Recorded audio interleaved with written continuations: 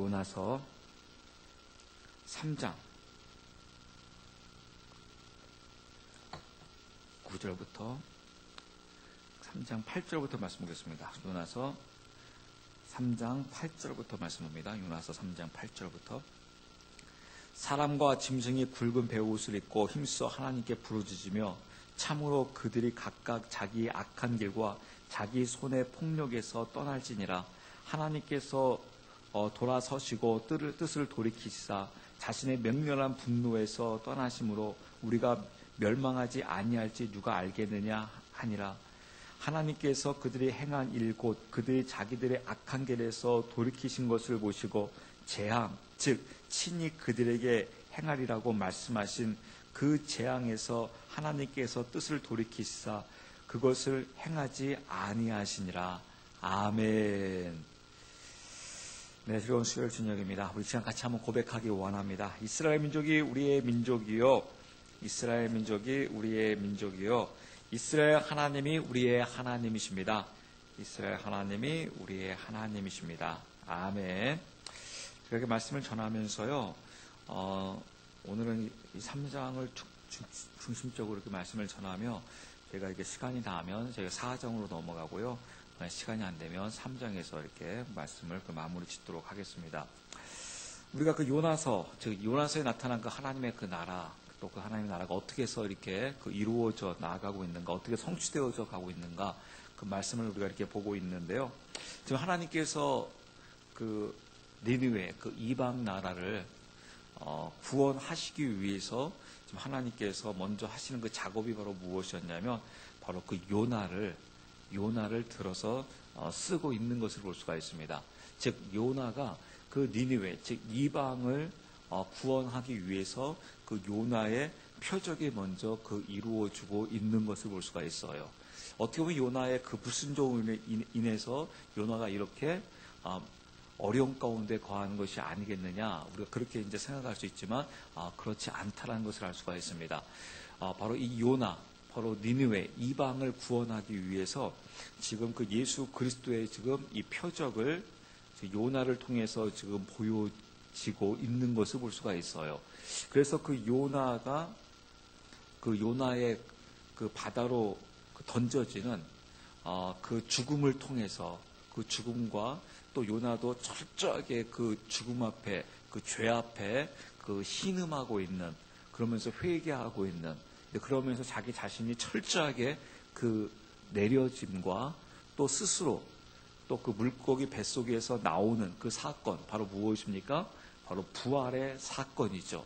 즉 요나가 바다로 던져진다. 모든 이에게 버림받아서, 사실 여러분 이렇습니다.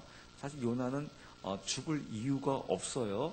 그렇지만 그럼에도 불구하고 지금 그 이방의, 즉 니느웨의 구원을 위해서 요나는 사람들에게 버림받아서 바다에 던져진다. 이 바다에 던져진다라는 것은 예수 그리스도께서 사람들에게 버려져서 지금 십자가에 달려 죽으시는 그런 사건을 그 요나의 그 표적을 통해서 알 수 있고요. 그로 인해서 또 요나가 이제 그 물고기 뱃속으로 들어갔다. 즉 바로 무엇입니까? 무덤으로 들어가는, 또 예수님께서 십자가를 짊어지시고 그 무덤으로 들어가는 그 표적을, 그 요나의 표적을 통해서 알 수 있는 것을 볼 수가 있습니다. 그러면서 그 요나가 이제 물고기 뱃속에서 다시 사흘 만에 나왔죠. 예수님께서 그 무덤에서 사망 권세를 이기시고 다시 부활하셨다라는 거예요. 그래서 그 부활의 그 축복을, 이 증거를 지금 그 니느웨 성에 지금 외치고 있는 것을 볼 수가 있습니다. 그 이로 인해서 니느웨에도 어떤 일이 벌어졌느냐? 저번 시간에 여러분들 말씀드린 대로 똑같이 우리가 그리스도와 함께 십자가에 못 박혔나니 그런즉 이제는 내가 사는 것이 아니요 오직 내 안에 그리스도께서 사신 것이라고 말씀하시는 것처럼 우리도 동일하게, 니느웨에도 동일하게 함께 그 십자가를 짊어지는 그 자리로 나가야 한다라는 거예요. 그것이 바로 무엇입니까? 그것이 바로 그 주님을 만나는 그 길인 것을 볼 수가 있습니다. 이 목회자, 또 여러분들 우리 그리스도인들의 사명이 바로 무엇이겠습니까? 우리가 주님을 만났으면 그 주님을 만난 그 길을 누구에게 또 제시해 주어야 합니까? 다른 지체들에게도 제시해 주어야 되는 것이죠. 근데 문제는 바로 무엇이냐면 내가 주님을 만나지 못하면 다른 지체에게도 그 길을 인도해 줄 수가 없어요. 제가 얼마 전에도 그런 간증을 들은 적이 있었어요. 목회자로부터요. 저는 지금까지 사실 구원의 확신이 없었습니다. 거듭남의 확신이 없었습니다. 그리고 제가 목사하고 있었습니다. 즉, 정말 그 주님을 만나는 그 경험을 했느냐, 그 길을 알고 있느냐, 이게 이제 우리에게 있어서 너무나도 중요한 그 질문인 것을 볼 수가 있어요. 그랬을 때 누가 주님을 만났느냐, 단순히 그냥 내가 예수님 믿겠습니다 라고 해서 그것이 예수님을 만난 것이냐? 결코 그렇지 않다라는 거예요. 똑같이 그 십자가의 그 경험을 해야 된다는 겁니다. 그 십자가의 경험을 통해서 지금 니느웨에 무슨 일이 벌어지고 있냐면 지금 회개의 사건이 이루어지고 있어요. 그러면 여러분 보세요. 왜 니느웨에 지금 이런 회개의 사건이 이루어지고 있는가? 그 이유가 어디에 있겠습니까? 자신들이 멸망당한다는 거예요. 왕을 비롯해서 니느웨에 있는 모든 이들이 멸망당한다는 겁니다. 내가 멸망당한다는 겁니다. 누구의 죄로 인해서요? 니느웨 자신들의 그 죄로 인해서 멸망당한다는 거예요. 이 멸망당하기 때문에 여기서 과연 우리가 이 멸망에서 이 구원할 자가 누구이겠느냐? 내가 다시 이 멸망에서 이 구원이라는 생명을 얻어야 되는데 어떻게 하면 내가 다시 생명으로 돌아올 수 있겠느냐? 라고 하면서 무엇을 봐야 하냐면 그 죄 가운데 죄로 인해서 그 멸망당할 내 자신의 모습이 보여져야 한다는 것이죠. 그래야지 어디로 나올 수 있습니까? 그래야지 빛 대신 십자가로 나올 수가 있어요. 내가 지금 멸망도 당하는 사실을 깨닫지 못하고 있는데 누가 여러분 빛 대신 십자가로 나갈 수 있겠습니까? 우리가 십자가로 나갈 수 있을까요?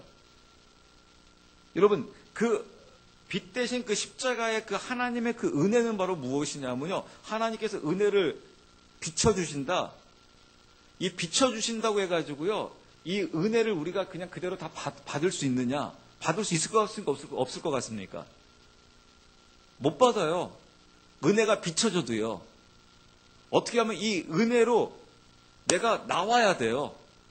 이 비침으로 나와야 합니다. 근데 어떻게 하면 나갈 수 있느냐? 내가 그냥 나가고 싶으면 나갈 수 있는 것이냐?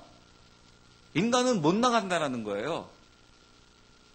왜 못 나가냐면 내가 지금 멸망당할 이유가 없는데 지금 나의 죄가 비춰지지 않게 되면 빛으로 못 나가게 되어 있는 게 인간의 모습입니다.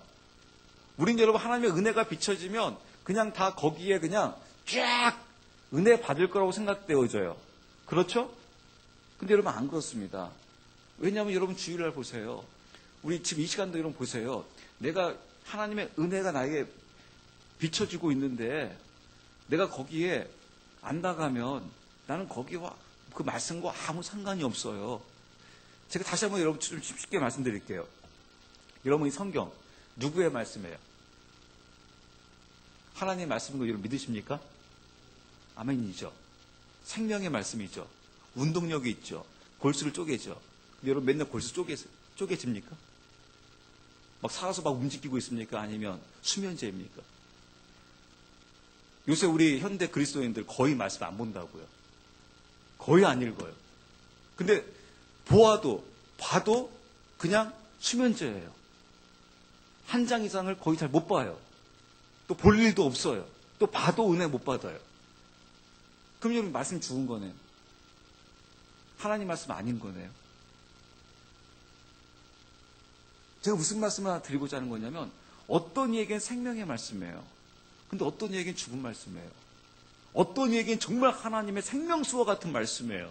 그래서 말씀을 통해서 막 용기가 솟아나고요. 소망이 생기고요. 이 말씀 앞에서 막 꼬꾸라지고요. 말씀 앞에서 막 눈물을 흘리고요. 말씀 앞에서 막 기뻐하고요. 합니다. 그런데 어떤 이에게는 전혀 이 말씀이 냉랭하게 다가옵니다. 아무 상관이 없습니다. 특히 우리 현대 우리 그리스도인들에게 있어서는요. 말씀과 거의 무관합니다. 말로만 생명책이라고 하지 생명책이 아닙니다. 요새 여러분 우리가 현대인들이 목사님 시간이 없어서 그래요. 천만의 말씀이요. 시간 없는 거 아닙니다. 왜냐하면 우리 현대인들이 여러분 저도 마찬가지요. 우리 스마트폰 여러분 쳐다보는 거 보십시오. 우리 자녀들, 우리 본인들, 현대인들 스마트폰을 하루에 몇 번 볼까요? 수도 없이 봅니다. 끊임없이 봅니다. 생명도 없는 스마트폰을요. 근데 우리는 생명이 있다고 하는 이 생명의 말씀임에도 불구하고 말씀과 무관한 삶을 살아갑니다. 근데 말씀을 때론 보아도 이것이 비춰지질 않습니다. 왜 안 비춰질까요? 나의 그 죄로 인해서 내가 멸망당할 것이 비춰져야 합니다. 지금 니느웨가 이게 지금 비춰지고 있는 겁니다. 우리에게 정말 소망이 없구나. 우리는 정말 이제 멸망당하게 됐구나. 우리는 죽게 되었구나. 우리는 망하게 되었구나. 본인들 나름대로 뭔가 찾아보려고 했을 것입니다. 본인들 나름대로 뭔가 해결해 보고자 했을 것입니다. 그런데 니느웨에서 그걸 못 찾은 거죠. 그 어느 것으로도 이 멸망에서 모면할 수 있는 길은 없다라는 것을 알게 되어진 거죠. 즉 자신들에게 전혀 소망이 없음을 깨닫게 된 거예요. 저는 이것이 여러분 이 부분이 우리 풍성한교회에 강력하게 비춰졌으면 좋겠어요. 아멘입니까 여러분? 우리 한국교회 또 세계교회에 이 부분이 좀 강력하게 비춰졌으면 좋겠어요. 또 우리 자녀들에게 좀 강력하게 비춰졌으면 좋겠어요. 왜냐하면 정말 내가 절망 가운데 빠져봐야 합니다. 우리 그리스도인들 우리 자녀들이요. 죄라는 것을 놓고 멸망이라는 걸 놓고 절망 가운데 빠져봐야 돼요. 한번 저도 이렇게 복음을 이제 이런 식으로 한번 전해보고 싶어요. 과거 지금까지 우리가 전했던 사역이나 그런 복음의 전도 방법은 바로 무엇이었냐면 하나님께서 당신을 사랑하십니다예요. 너무나 부드럽고 너무나 자연스럽게 나가요. 그래서 당신이 이 사랑하는 하나님을 믿으면 구원받을 수 있습니다. 입으로 시인해 보세요. 그랬을 경우에는 이 복음을 만나야 하는 자가 이 절망 가운데 빠져보지를 못해요. 왜냐하면 하나님은 사랑의 하나님이기 때문에 모든 걸 다 용서해 주십니다. 그럼 내 죄가 얼마나 이것이 심각한지 알지를 못하게 돼요. 저는 예수님의 방식과 이 세례 요한의 방식이 복음의 방법이라고 생각되어집니다. 예수님과 세례 요한, 즉 사도들은 복음을 어떻게 전했을까요? 하나님은 당신을 사랑합니다가 아니었어요. 너 망한다예요. 너 끝장났다라는 거예요. 너 멸망당한다라는 거예요. 요나도 바로 이 부분이에요. 요나가 가가지고요. 니네 백성들이요. 하나님이 당신을 사랑합니다. 입으로 하나님을 믿으십시오. 그러면 하나님께서 여러분들을 구원해 주실 것입니다. 그럼 니네 백성들이 여러분 회개가 일어났을까요? 안 일어났을까요? 회개 안 일어났죠. 오히려 나 믿어라 그렇게 했겠죠. 그런데 지금 하나님께서는 니느웨 백성을 완전히 절망 가운데 빠지게 해요. 제가 다른 문헌을 본 적이 있었거든요. 성경에는 그 부분은 나와 있지 않은데 왜 이렇게 니느웨 백성들이 왕을 비롯해가지고 모두가 다 짐승까지 다 금식을 시켜가며 왕이 그 왕자에 내려와서 왕의 옷을 다 벗어버리고 모든 사람들이 다 베옷을 입고 막 울부짖으며 막 회개가 왜 이루어지고 있는가? 왜 이렇게 그 죄 앞에서 그냥 완전히 그 절망 가운데 빠지는 이유가 바로 무엇인가? 그 부분에 대해서 이 성경에서 나와 있지 아니하는데 다른 문헌을 찾아보니까 하나님께서 완전히 지금 니느웨 백성을 완전히 절망 가운데 빠져버리게 해요. 완전히 너희들은 끝장났다, 멸망당했다. 그래서 이게 무슨 일이 벌어지냐면 요나가 니느웨 성 가가지고 너희들 망했어, 너희들 끝장났어 라고 이렇게 전하고 있는데요. 그때 일식 현상이 이루어져요. 그래가지고 세상이요, 태양이 가려지면서 완전히 세상이 갑자기 어두움에 임하게 됩니다. 그 당시에 여러분 일식 그런 것도 몰랐어요. 갑자기 밝은 대낮에 태양이 가려지면서 온 세상이 다 어두워지는 거예요. 요나가 그 말씀을 전하고 있는데 그 현상이 요나 때 나타났다라는 거예요.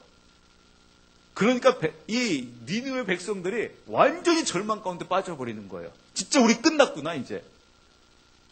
하나님이란 신이 우리를 완전히 버려버렸구나. 우리는 이제 소망이 없다 라는 것을 자신들의 그 죄가 얼마나 심각한지 이 죄 가운데 완전히 절망하게 돼버려요. 즉 신음하게 돼요. 사실 여러분 이 사건이 우리 모두에게 다 있어야 합니다. 니느웨 성에서만 이루어져야 할 일이 아니라 우리 모두에게 있어야 돼요. 우리 자녀들에게 이 사건이 이루어져야 돼요. 왜냐하면 이런 사건이 이루어져야지 예수님을 인격적으로 만날 수가 있어요. 빛을 만날 수 있단 말입니다. 언제요? 절망 가운데 거하게 되면요. 이게 적합한 예인지 모르겠는데요. 과거 우리나라가 한때 막 새벽에 부흥이 일어난 적이 있었어요. 그때가 언제냐면 IMF 시절이에요.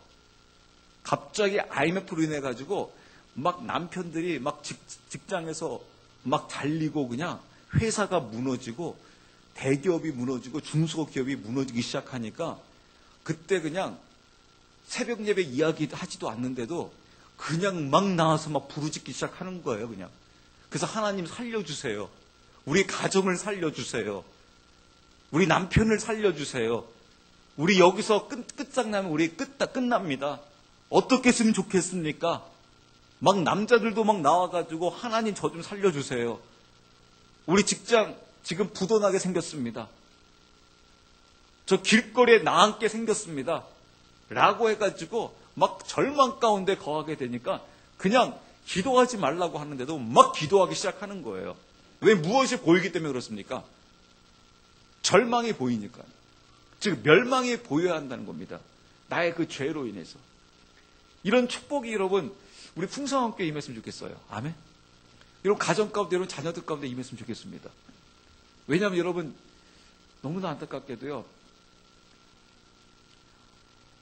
지금 우리의 모습을 보게 되면 예수님 만난 자가 그리 많지 않습니다. 어떤 분은 이렇게 이야기하더라고요. 상당히 우리나라의 신학적으로나 신앙적으로나 상당히 권위가 있는 분이 말씀하시는데 그분은 이렇게 이야기하더라고요. 우리 그리스도인들 안에서 세상 사람 제외하고요. 교회 안에서 구원받을 자는 1000명에 1명 정도 꼴인 것 같다. 그래서 우리나라 기독교 인구가 지금 800만으로 잡고 있는데 그 중에 200만은 이단이래요. 또 거기다가 이제 천주교 빼고 그러면 우리나라 기독교 인구가 한 500만이라도 제대로 될까 말까예요. 근데 그 500만에서 1000분의 1로 잡으면 1000명당 1명 정도가 구원을 받은 것 같다라고 했을 경우에는 우리나라가 그리 많지가 않아요. 다시 말씀드려서 주님 만난 자가 그리 많지가 않아요. 우리 풍성한 교회도 그리 많지 않을 겁니다. 예수님을 인격적으로 정말 만나가지고 정말 예수님이 생명입니다. 예수님만 오직 나의 주님이십니다. 라고 정말 주님을 인격적으로 만났느냐? 그러면 그리 많지 않을 겁니다. 굉장히 충격적일 겁니다. 놀라운 일이 벌어질 것입니다. 왜냐하면 성경을 통해서 정말 주님 만났느냐 그거를 보아야 한다는 겁니다. 이제 반드시 그런 일들이 또 이루어지기 시작할 겁니다. 큰 그 환난을 통해서, 즉 비바람이 불어 너의 그 믿음이 반석 위에 있었는지 모래 위에 있었는지 분명히 구분되어질 것입니다. 그때 참 그리스도인과 그렇지 않은 자가 갈라지게 될 것입니다.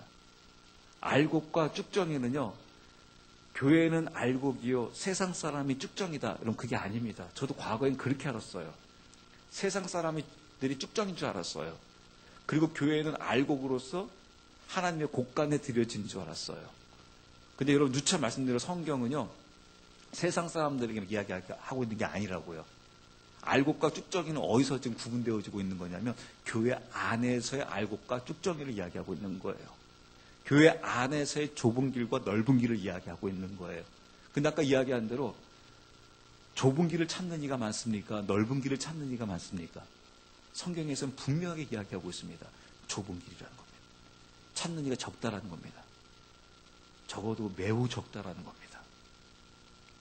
그러면 아까 말씀드린 그 비유를 우리는 정확히 알 수는 없으나 좀 전에 말씀드린 대로 주님 만난 자는 교회 안에 그리 많지 않을 것이다라는 것을 알게 됩니다. 목회자도 마찬가지입니다. 그래서 우리가 말씀을 통해서 확실하게 그리스도 안에서 점검하자라는 겁니다. 왜냐, 우리에게 기회는 우리 육신이 살고 있을 때만 기회가 주어지기 때문에 그렇습니다. 우리 육신이 끝나게 되면 그때는 기회가 우리에게 주어지지 않습니다.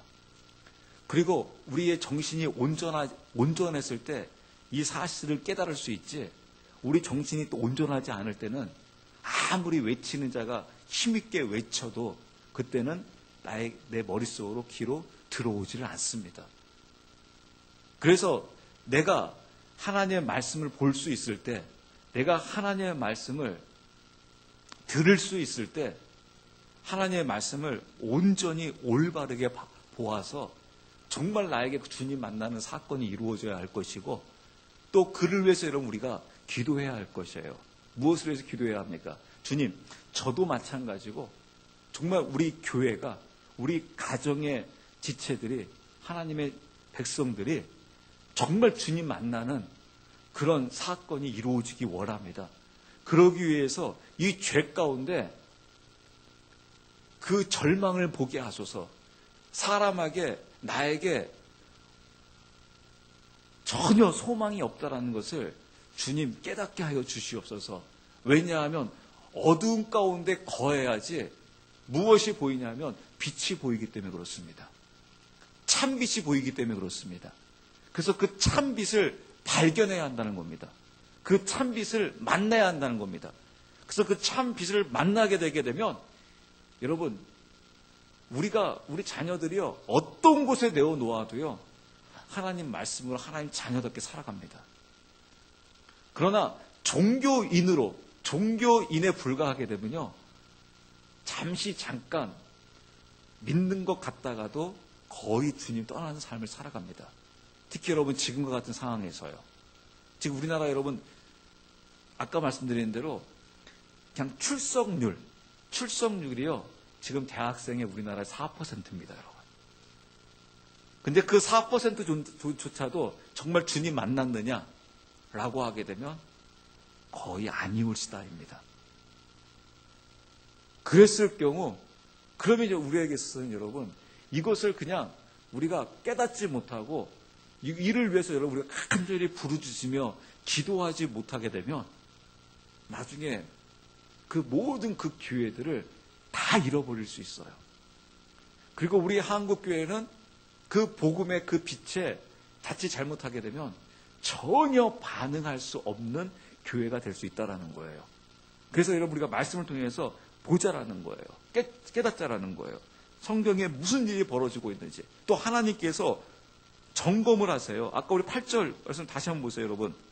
요나서 3장 8절 말씀 보게 되면 사람들이 어떻게 합니까? 사람과 짐승이 굵은 베옷을 입고 힘써 하나님께 부르짖으며 참으로 그들이 각각 자기의 악한 길과 자기의 손의 폭력에서 떠날지니라. 그들이 어떻게 하고 있습니까? 베옷을 입고 하나님께 부르짖으며 눈물을 흘리고 있어요. 그러면서 그들이 무엇을 하고 있냐면 악한 길에서 떠나고 있다는 겁니다. 이게 여러분 회개예요. 회개는 내가 하나님 앞에 용서를 빌으면서 악한 길에서 떠나는 거예요. 이 떠나는 일들이 있었다는 겁니다. 지금 이런 일들이 지금 회개에 엄청난 일이 지금 니느웨 성 가운데 지금 이루어지고 있다는 거예요.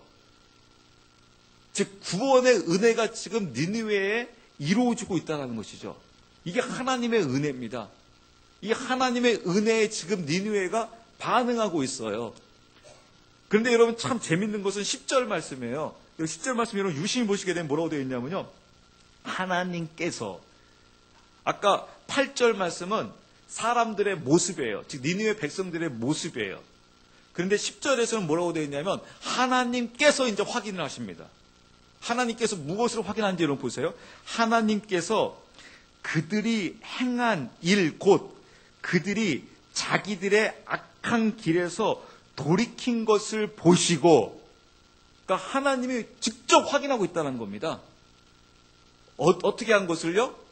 그들이 악한 길에서 돌이킨 것을, 즉 떠난 것을 보시고, 그러니까 여러분 떠나지 않았으면 이거 뭐예요? 하나님은 멸망을 걷지 않겠다라는 거예요. 멸망시켜버리겠다라는 거예요. 여러분 이런 경우도 저도 많습니다. 저도 이런 경험을 해요. 하나님 잘못했습니다. 용서하여 주세요. 정말 제가 하나님 말씀대로 살겠습니다. 뜻대로 살겠습니다. 입으로 끝나는 경우도 여러분 굉장히 많이 있습니다. 그렇죠? 그리고 전혀 행동으로 옮기지 않습니다. 떠나지 않습니다. 그러면 그것은 회개가 아닙니다. 하나님은 그걸 보시고요. 하나님께서 너를 죄 없다 하리라. 즉 너의 죄를 흰눈처럼 깨끗이 하리라. 절대 하나님께서는 그렇게 하지 않습니다. 여러분 우리가 이 부분에 대해서 우리가 바르게 아셔야 돼요. 특히 여러분 우리가 이제 좀 아버지와 아들의 영성이 아니라 그 신랑과 신부의 영성을 가지고 하나님의 말씀을 보자라고 우리 말씀을 드리잖아요. 그랬을 경우 여러분 이 신랑이신 주님께서 이 죄를 얼마나 미워하는지요. 그래서 신랑 앞으로 나오게 되면 그 죄를 용서해 줘요. 근데 사실 여러분 그 신부가 자기의 그 죄를 끊어버리고 신랑께 나온다는 게 여러분 쉬운 일입니까? 어려운 일입니까? 사실은 굉장히 어려운 일입니다. 그러면 그 죄를 용서해 줘요. 즉 회복해 줍니다. 근데 여러분 또 이상할 일이 있습니다. 이 신랑이신 주님께서 죄를 얼마나 미워하냐면 그 죄에서 떠나야 할 뿐만 아니라 다시는 그 죄를 짓지 못하게 하기 위해서요. 그 돌이킨 그 신부, 그 돌이킨 그 신부에 대한 그 죄에 대한 대가 지불을 톡톡히 치르게 합니다. 아주 냉정하게 치르게 놔둡니다.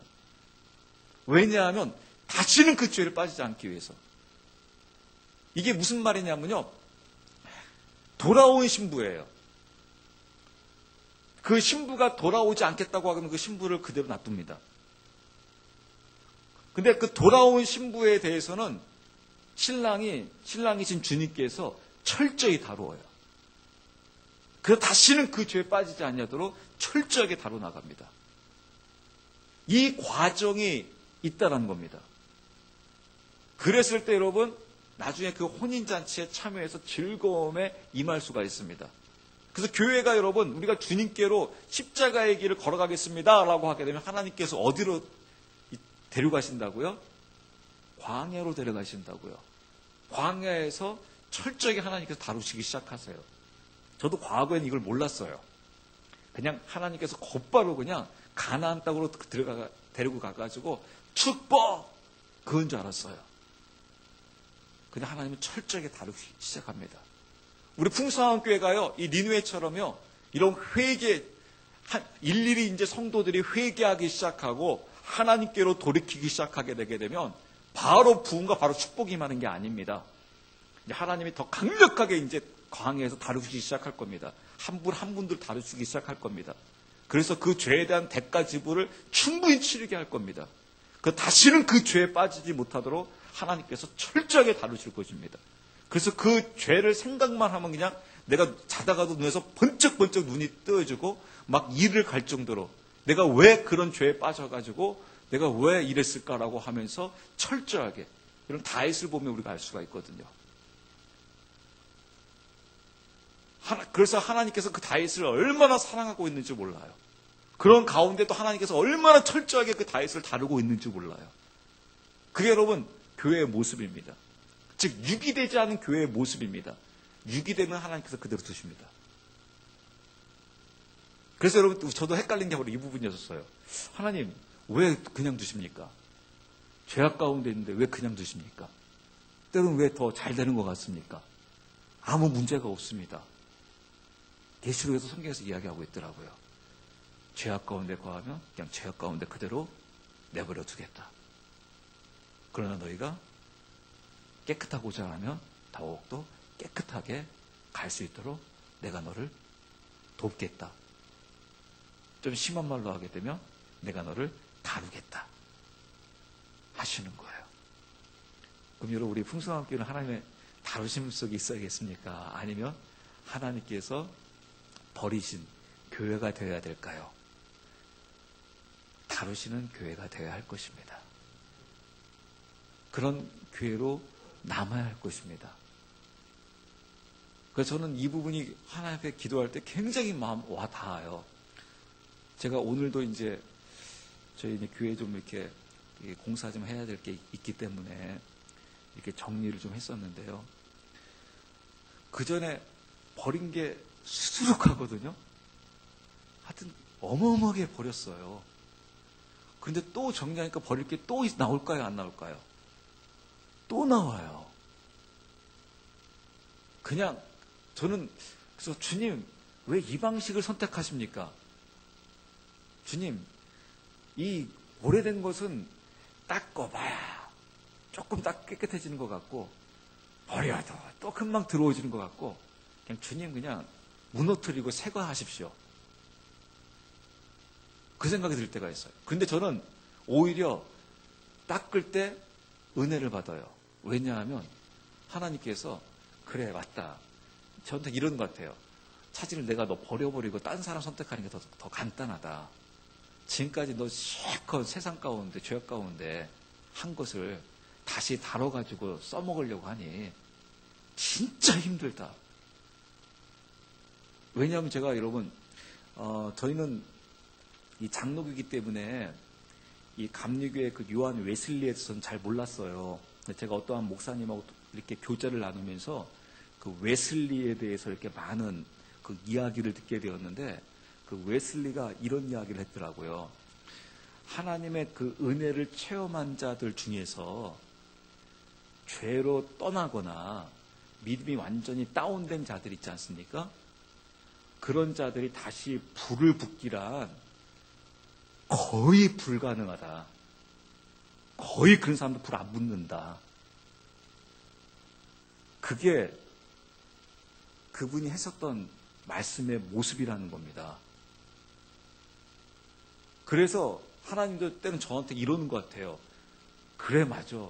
너 다시 다루어서 너 다시 하나님의 이제 일꾼 만드는 게 보통이 아니다. 보통 힘든 일이 아니다.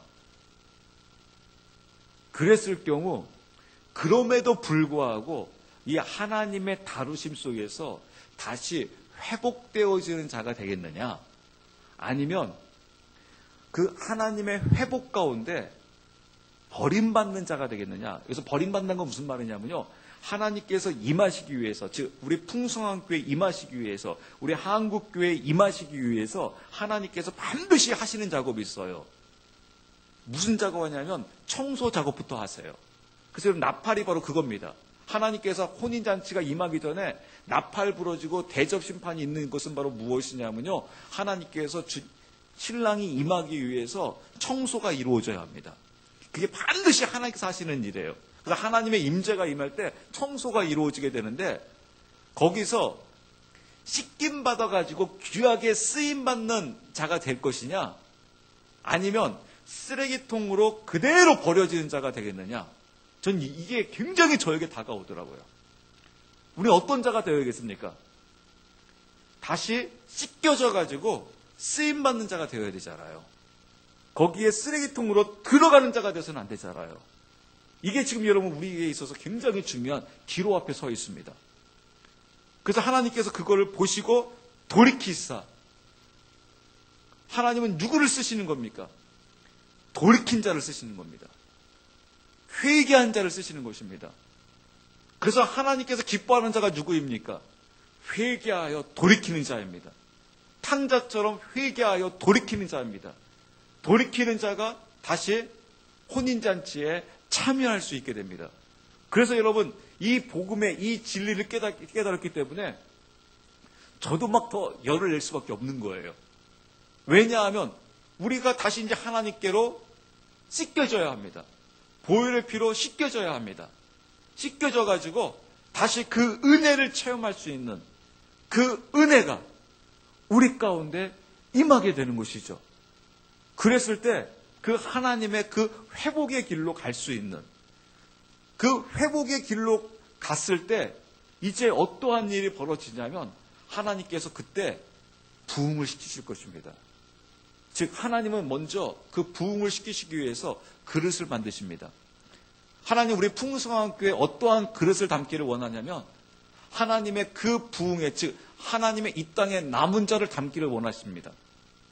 그래서 풍성한이라는 그 교회 그릇을 하나님께서 씻기를 원하십니다. 그래서 그 그릇을 만들어지는 그 과정, 이 그릇을 만들어진 이 과정 속에는 진통이 있을 수밖에 없습니다. 그렇지만 그 하나님이 하시는 작업이기 때문에 저는 당당하게 여러분들에게 외칠 수 있습니다. 하나님 앞에 무릎을 꿇으면서 오직 부활하신 주님만 주로 인정하고 그 주권을 이양하면서 나가는 교회, 그 교회 여러분 보시기 바랍니다. 문 닫나 안 닫나요? 앞으로 여러분 어떤 교회가 여러분 문 닫나 보십시오. 어떤 교회가 여러분 망하나 보십시오. 또 어떤 그리스도인이 다시 하나님 앞에 쓸 수 있고 어떤 교인이 망하는지 보십시오. 여러분 우리는 아직 끝이 아닙니다. 정말 주님의 마지막 그것을 여러분 경험하시면서 그 축복 속에 여러분 임한 것을 여러분 보십시오. 마지막 1분만 말씀 전하고 마치겠습니다. 우리의 여러분 저는 이 혀와 이빨을 보시기 바랍니다. 이빨은 굉장히 견고합니다. 혀는 어떻게 보면 굉장히 부드럽습니다. 근데 오히려 강하다고 하는 그 이빨은 나중에 다 사라집니다. 그런데 그 부드러운 그 혀는 끝까지 남아 있습니다. 참된 일꾼, 참된 교회가 어딜까요? 하나님 말씀하셔서 끝까지 남아있는 자입니다. 그가 우뚝 설 것입니다. 오히려 권세자들은 무너질 수 있습니다. 휘황찬란해도 모든 것을 다 이루는 것 같아도 무너질 수 있습니다. 그렇지만 연약한 것 같고 부족한 것 같고 보잘 것 없는 것 같아도 끝까지 출발선에서 종료 지점까지 끝까지 걸어가는 자가 나중에는 가장 진정한 승리자가 될 것입니다. 우리가 이런 승리자로서 나아갈 수 있는 저와 여러분들이 되었으면 합니다. 같이 한번 기도하고